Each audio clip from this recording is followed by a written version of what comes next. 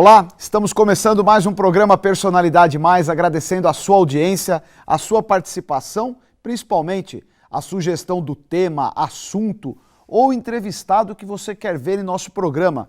Sugestão esta que você pode enviar através do e-mail que aparece aí no seu televisor.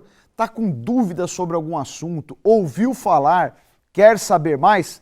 Será um grande prazer a nossa produção ir atrás e colocar aqui ao meu lado pessoas com conhecimento e preparo para falar aquilo que você precisa e quer ouvir. Hoje nós vamos tratar de um assunto novo, moderno. Você já ouviu falar da lei para as novas empregadas domésticas? Não é empregada doméstica nova, a lei é nova, mudou tudo. Um grande avanço para o nosso país. As domésticas que não tinham praticamente ou muito poucos direitos, hoje têm uma legislação própria assegurando os direitos das empregadas domésticas, da diarista, da doméstica, essa pessoa que tanto faz para a sua casa e para a sua família. Porém, muitas dúvidas estão surgindo por parte dos empregadores e por parte também das empregadas. Tanto que, para falar sobre este assunto, eu tenho o prazer de receber o advogado especialista em direito do trabalho, Dr. Ruslan Stuck, muito conhecido como Dr. Stuck, ele que é advogado militante na cidade de São Bernardo do Campo. Dr. Stuck, muito obrigado pela oportunidade. Eu não errei em falar que é um assunto novo não, né? Não. Primeiramente quero agradecer a Orlando pelo convite junto com a TV Mais e para falar desse tema de suma importância para toda a sociedade brasileira, relação de trabalho entre o empregador e empregado, que é a relação do empregado doméstico.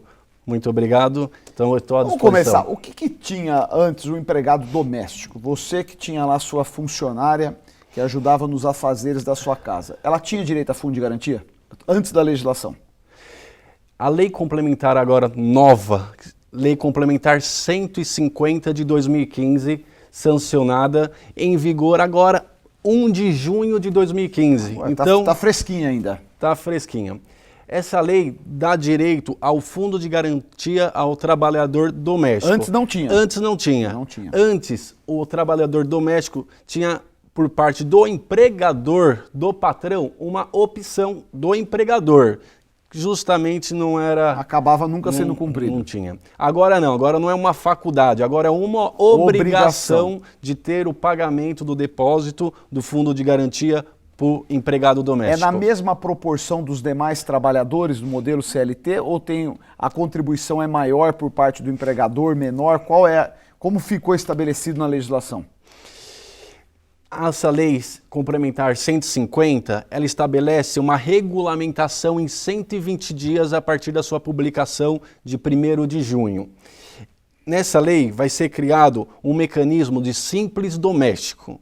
Nesse mecanismo de simples doméstico vai ser como se fosse uma unificação dos impostos trabalhistas a serem pagos e nele vai estar disposto a forma de pagamento. Em relação ao fundo de garantia, é a mesmo percentual da CLT dos empregados, seja 8%. Você trouxe uma informação importante, a lei é recente, é de 1º de junho, porém ainda restam ser feitas algumas regulamentações que será publicada pelo Ministério do Trabalho. Então nem tudo está esclarecido ainda e nem vamos conseguir esclarecer porque depende de regulamentações. Isso.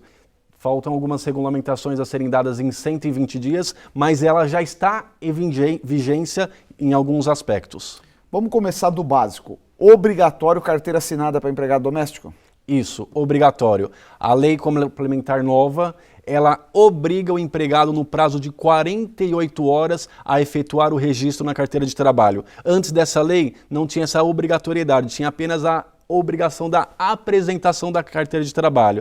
O empregador não tinha alguma obrigação em relação a fazer a anotação. Agora tem 48 dias para ser feito 48 horas para ser feita essa anotação na carteira de trabalho. Não tem um outro mecanismo. Você não pode fazer um contrato de trabalho sem a carteira assinada pelo empregador. A carteira assinada é obrigatória. Pode ser feito um contrato de trabalho à parte, é até interessante ser feito esse contrato de trabalho à parte, mas a anotação na carteira de trabalho é obrigatória. É o que garante o vínculo com o empregador. Isso. Isso é uma dúvida importante. Para dar o vínculo e ter a exigência, porque na questão das empregadas domésticas, existe muito a diarista. Ela trabalha na sua residência e em outras residências. Eu li alguma coisa que a partir de 2 dias ou 3, obrigatoriamente já é dado vínculo. Então ela não trabalha todos os dias, ela trabalha na sua casa segunda, quarta e sexta. Você tem que registrar? Isso, Orlando, muito bem mencionado. A lei anteriormente não quantificava os dias de trabalho. Essa nova lei tirou para dirimir essas dúvidas. Agora existe a quantidade de dias que se torna empregado doméstico, ou seja, mais de 2 dias. Mais de 2 dias a pessoa trabalhando de forma habitual, onerosa, com subordinação, sem fins lucrativos para o empregador, ela se torna um empregado doméstico. Então você que tem aquela diarista, famosa mulher, o que ela vem? Ela vem aqui um dia para fazer a faxina na casa toda e um dia ela vem para lavar e passar. A partir do momento que 2 dias por semana ela cumpre a habitualidade, horário e subordinação, ela tem que ter carteira assinada. Isso, desculpa, Orlando. Mais de 2 dias. A partir de 2. A partir de 2. Então a regra é a seguinte: 2 dias não está configurado o vínculo de empregado doméstico. Terceiro dia, sim. Então só mais de 2 dias. 2 dias por semana se enquadra num prestador de serviço ou uma diarista.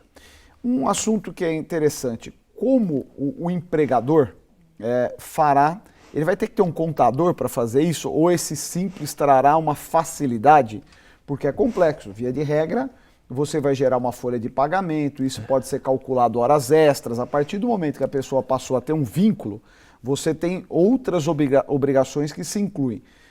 Vamos fazer o outro lado. Primeiro, acho que ninguém contesta o direito de dar às trabalhadoras domésticas, tá certo? Isso é inconteste. Agora, e o empregador? Aonde ele vai se amparar? Ou ele vai ter que contratar um contador só para poder fazer o vínculo e registrar a empregada que ele tem em sua casa? Nesse super simples doméstico, vai ser formulado em 120 dias, a partir da publicação da lei, o mecanismo que será feito. Então, nele você vai disciplinar o pagamento do INSS, o pagamento do fundo de garantia, o pagamento, se for necessário, do imposto de renda. Nesse simples doméstico vai ser regulamentado a forma que já vai feito esse recolhimento. Férias, 13º, todos os direitos assegurados como os demais trabalhadores? Sim. Férias, 13º, agora também, depois da PEC de 2013, as horas extras, agora adicional noturno, todos os direitos e entre outros aí assegurados aos trabalhadores domésticos. Era muito comum isto que a gente ouvia, e, enfim, conhece gente assim, ela morava na minha casa comigo, principalmente quem tem filhos pequenos, os pais às vezes viajam, têm funções profissionais que exigem do marido e da mulher, muitas vezes não dorme em casa, 2 vezes por semana a mulher tem que fazer viagem a trabalho, o marido também, e você acabava tendo um profissional, que é a famosa babá, que dormia na sua casa. Ainda estará permitindo, mediante essa nova legislação, esse tipo de profissional que acaba ficando 24 horas disponível, muitas vezes a semana inteira.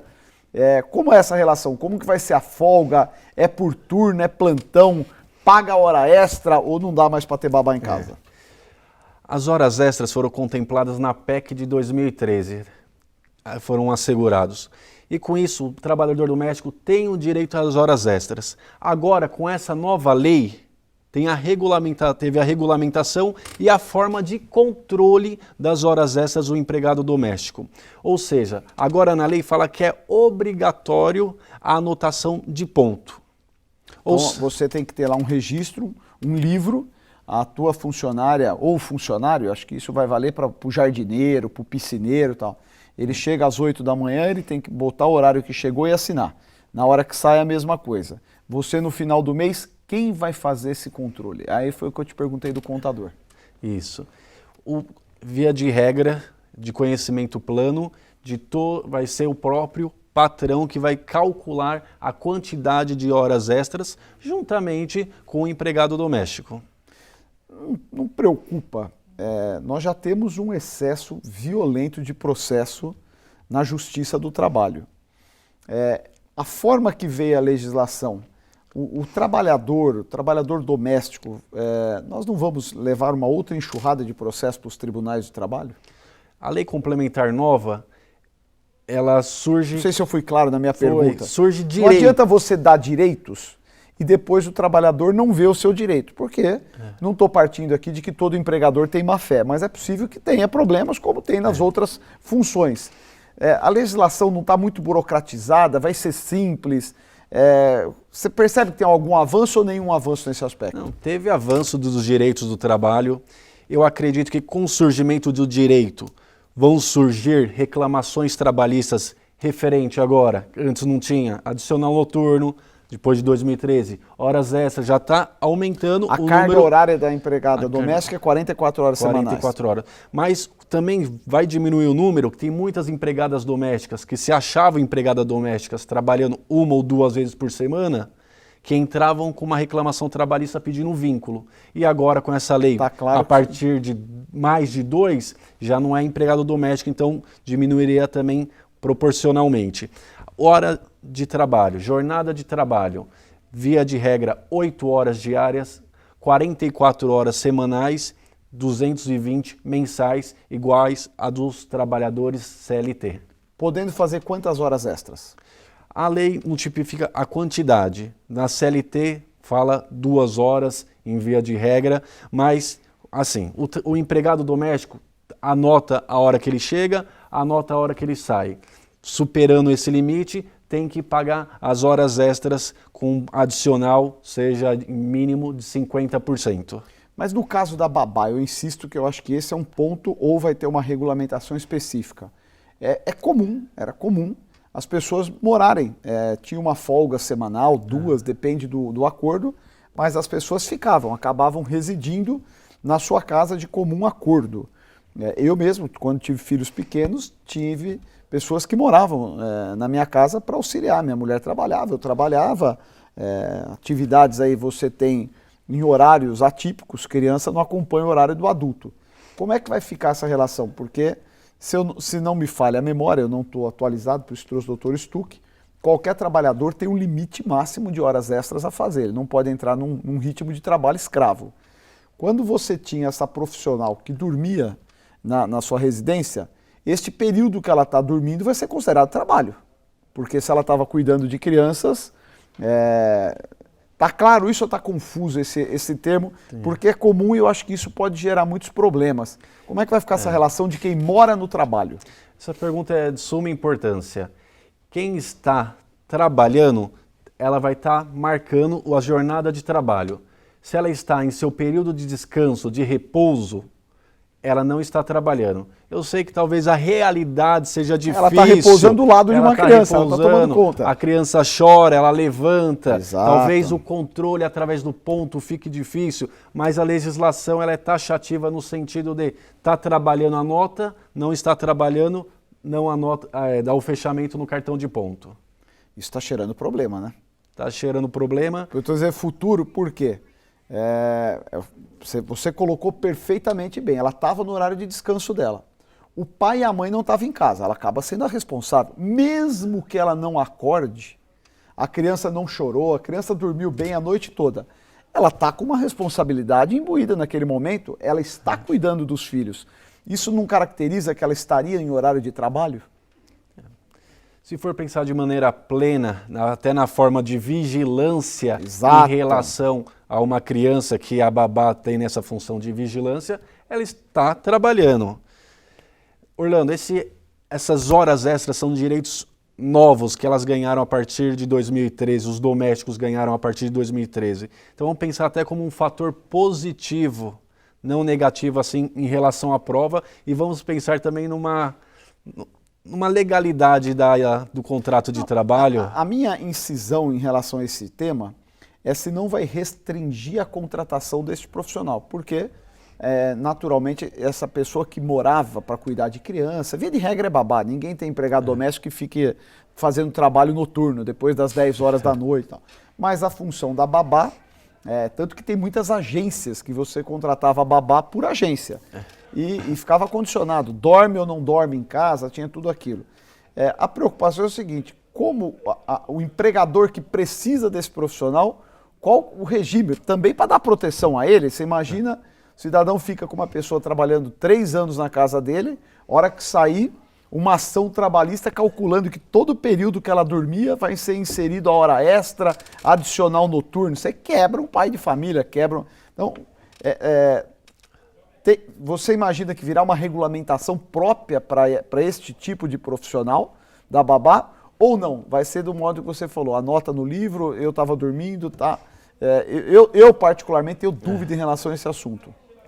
Não vai ter eu acredito que não terá uma regulamentação própria sobre esse assunto. Será a jornada de trabalho, o que tiver anotado em relação ao desempenho da função. Se ela estiver dormindo, via de regra, ela está descansando e não fará parte da jornada de trabalho se ela dormindo na residência. Doutor Stuck, eu vou te pedir licença, nós vamos para um rápido intervalo comercial. Você viu que o assunto é polêmico, eu vou tornar ele ainda mais polêmico. E os cuidadores de idosos, aonde vão se encaixar com essa nova legislação? Trabalham no lar, cuidam de pessoas que já deram o seu suor, pais, mães, mas isso você vai descobrir no próximo bloco. Continue com a gente aqui no Personalidade Mais, que recebe no dia de hoje o advogado Dr. Stuck. Daqui a pouquinho estamos de volta.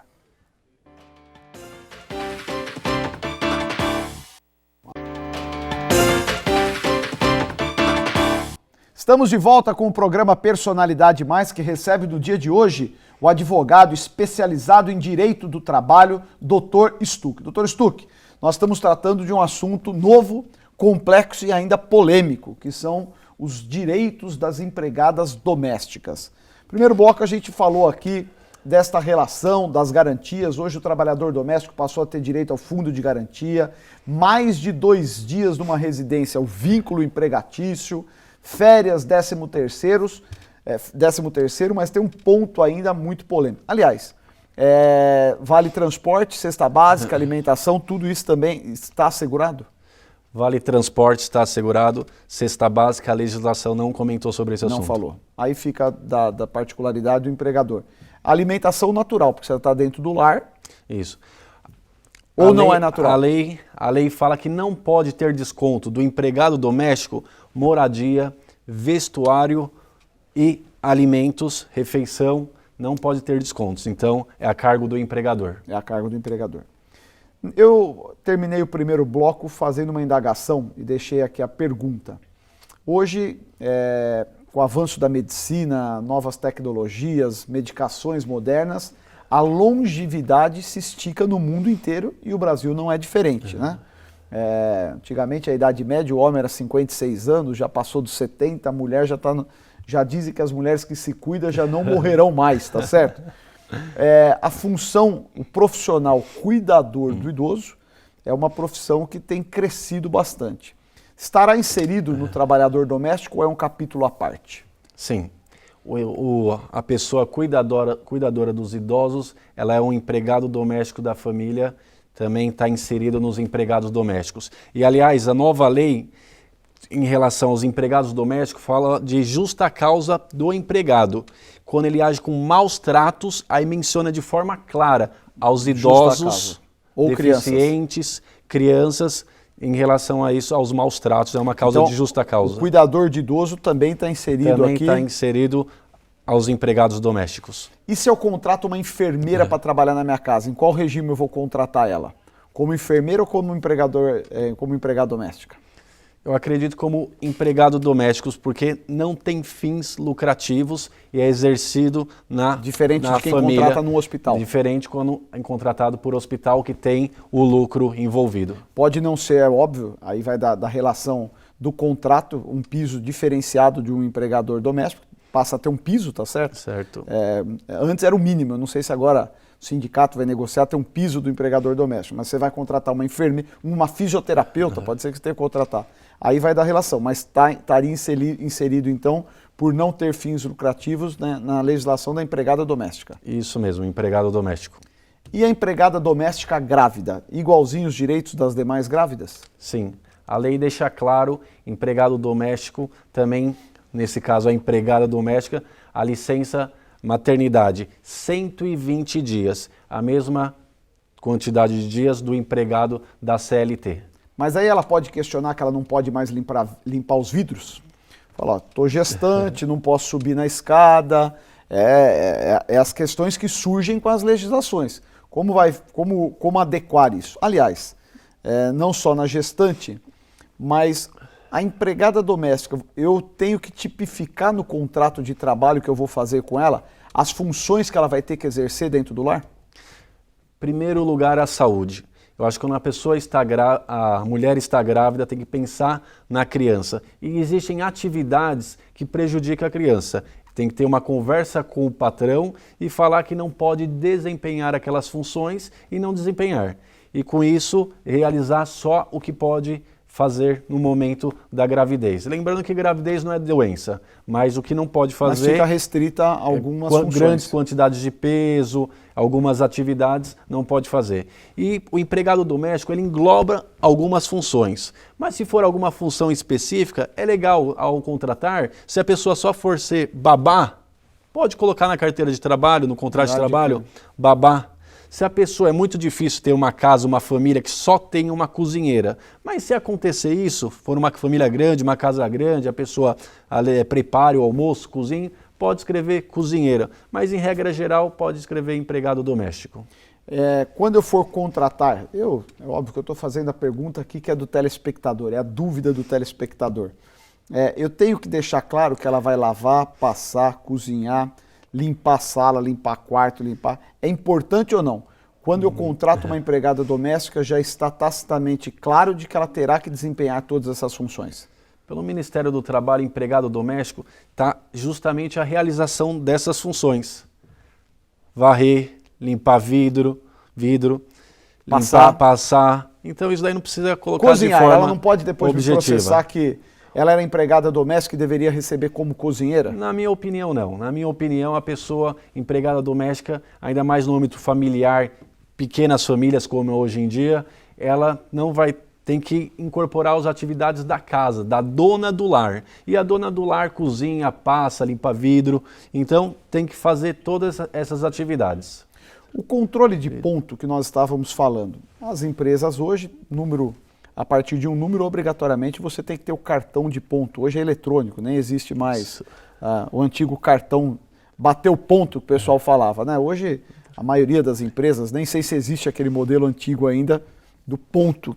É um cartão magnético digital. Em casa, a justiça vai regulamentar um livro específico ou uma folha comum assinada pelo patrão no final do mês é válido? Tem alguma coisa mais clara em relação a isso? Na CLT, as empresas com mais de 10 funcionários são obrigadas a ter o cartão de ponto. O número de cabeça, são 10 funcionários. Na fase doméstica, vai ter um livro, a lei não fala como, mas pode ser um livro, comprado em qualquer papelaria, um livro de ponto, pode ser da forma eletrônica, muito difícil alguém ter na esfera doméstica ou a mecânica do cartão de ponto. Mas, habitualmente, que vai ser usado pela população é o cartão de ponto. Como deve fazer? O empregado doméstico chega, anota, é interessante ele mesmo anotar com a letra dele, o horário que ele entra e o horário que ele sai, e até é interessante também anotar o horário de refeição, para mostrar que ele está usufruindo do intervalo para refeição e descanso. Isso é interessante, ela tem direito a 1 hora para refeição, né? Isso, a lei fala que a CLT comenta os empregados 1 hora, 2 horas de refeição. No mínimo 1, né? No mínimo 1. Na Lei Complementar 150 de 2015, trouxe uma inovação. 1 hora ou 2 horas de refeição, podendo ser reduzida para 30 minutos, havendo concordância escrita entre o empregador e o empregado doméstico. E aí ela pode sair mais cedo? Ela não cumpriria as 8 horas diárias? 8 horas mais um intervalo para refeição. Então, se ela reduziu o horário da refeição, teoricamente ela sai mais cedo. Ela cumpriu a jornada de 8, mas poderia sair mais cedo. Isso mesmo. Finais de semana. Como regrar isso? Finais de semana, ou se faz acordo trabalhista, no caso do comércio, você tem uma folga, a maioria do comércio, o acordo é sempre com o sindicato local, mas é uma folga nos domingos e uma folga na semana. Pelo menos um domingo por mês você folga e uma folga na semana. No caso do trabalhador doméstico, tem alguma coisa que trata sobre os finais de semana ou uma folga semanal e ele trabalha suas 44 horas semanais? Tá. A lei complementar deixou claro o seguinte de ter o descanso semanal remunerado, preferencialmente aos domingos. Então não é via de regra, mas preferencialmente aos domingos o empregado doméstico tem esse descanso remunerado. Quais as salvaguardas que você recomenda ao empregador? As garantias do empregado estão claras pela lei, não sendo cumprido, ele pode fazer a reclamação trabalhista no momento de uma demissão ou quando ele próprio se demitir do trabalho. E para o empregador evitar problemas, quais as recomendações que você daria? Alguém vai lá, doutor Stuck, eu preciso contratar uma empregada. Estou, graças a Deus, trabalhando muito, não consigo mais cuidar da minha casa, o que você de claro recomenda para ela? Quais os mecanismos? Quais as proteções que o empregador tem que ter para evitar problemas futuros? Primeiro, em 48 horas, fazer a anotação na carteira de trabalho. Eu aconselho também ter um contrato de trabalho. Em relação às horas extras, ter o livro-ponto e fiscalizar se o empregado está assinando o livro-ponto, até sob pena de uma advertência. Então, ter essas coberturas para você se assegurar que futuramente não será prejudicado com algum eventual pedido de horas extras. Porque agora, com a lei, com a obrigatoriedade do cartão de ponto, o entendimento do tribunal será no sentido do empregador apresentar para a justiça, numa eventual reclamação trabalhista, o cartão de ponto. Então não é o empregado que vai ter que provar que fazia a hora extra, é o empregador que vai ter que juntar, mostrar para o juiz, falar, ó, aqui, o livro ponto, ela que escreveu o horário que ela entrava e o horário que ela saía. Quer dizer, então, a inversão do ônus da prova. Quem está reclamando não tem que provar, quem vai se defender é que tem que provar, por isso é fundamental guardar o livro ponto. Orlando, fazer uma observação, não vale horário britânico, a justiça não aceita horário britânico. Nenhum empregado doméstico chega às 9 da manhã pontual e sai às 6. Pode chegar às 8h58, 9h02, sair 5h58, 6h02, 6h05. Não pode ser horário britânico que vai estar claro que está fraudando os direitos trabalhistas. O próprio empregador preencheu todos os dias, mandou ele assinar ato contínuo, então é importante ter assim, muita pontualidade. Se é 8h50, é 8h50, não é 9. Recibo. Insistindo na tese que vai ter aí um simples para o trabalhador, uma empresa, o contador gera a folha de pagamento, você efetua o pagamento, seja ele em dinheiro, cheque ou débito na conta, o trabalhador recebe uma via e te dá uma via. Neste caso aqui, a mesma questão, exigir um recibo todas as vezes que você efetuar o pagamento ao seu colaborador? Isso. E o recibo para o empregado doméstico e para qualquer empregado não pode ser chamado aquele recibo complessivo, genérico. Paguei R$ 1.500 a meu empregado doméstico. E lá engloba tudo, horas extras, descanso semanal remunerado, adicional noturno, não. Tem que especificar salário, horas extras, adicional noturno, tudo. E dar o valor final que a pessoa recebeu.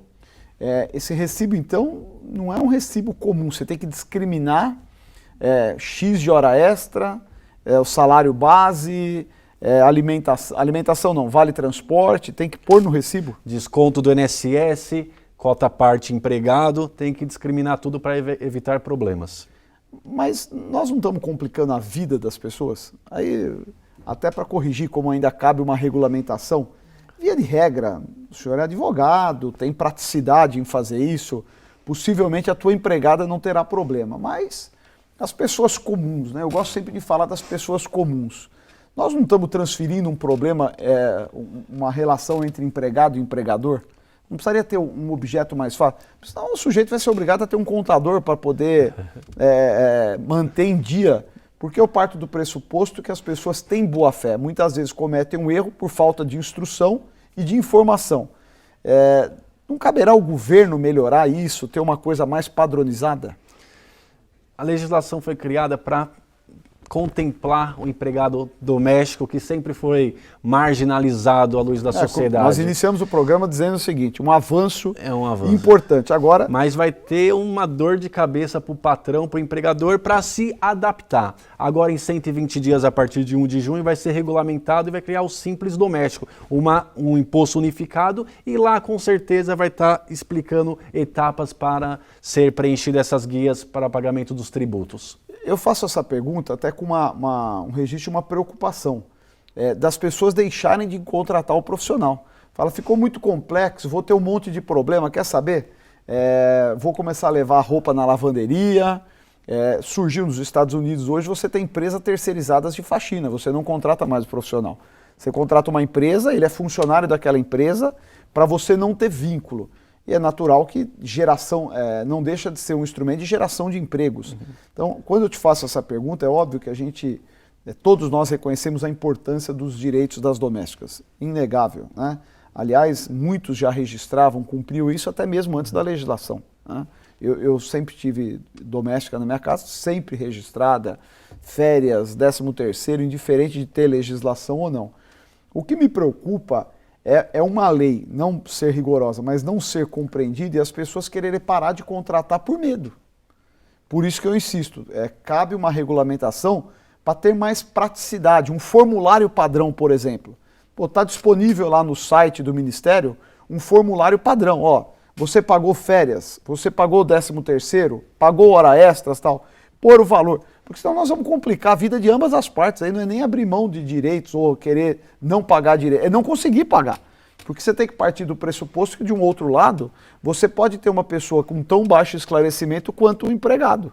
Ou vice-versa, tá certo? Então, eu acho que é fundamental, nesse momento que ainda está se adaptando, buscar mecanismos de facilitar a vida de ambas as partes. O senhor me compreende dessa forma? Compreendo. E certamente já está tendo um número de contratação menor do empregado doméstico. Eu não tinha isso. E eu creio que o governo, num site oficial, regulamentará de forma plena esse pagamento dos tributos de forma unificada em uma única guia. Eu sei que você que está nos assistindo deve estar cheio de dúvidas. Então essas dúvidas você vai poder esclarecer no www.stuc, está aparecendo aí no teu vídeo, .adv.br ou stuc@stuc.adv.br. Dr. Stuc nos deu essa liberdade, é óbvio que não é para divulgar pela internet, porque a OAB restringe, mas dúvidas que vocês tiverem acerca deste assunto, que é uma legislação nova, uma legislação necessária, porém ainda com muitas dúvidas, o Dr. Stuc estará à disposição. Mais uma vez, obrigado pela oportunidade de nos colaborar aqui com o programa Personalidade Mais em tratar deste assunto que é bastante moderno. Obrigado a você, Orlando, pelo convite. Obrigado a todos os telespectadores. Obrigado ao TV Mais. Estamos juntos. Obrigado. A você que nos acompanhou, o nosso muito obrigado. Lembrando que na próxima semana nós temos mais um encontro marcado aqui no Personalidade Mais.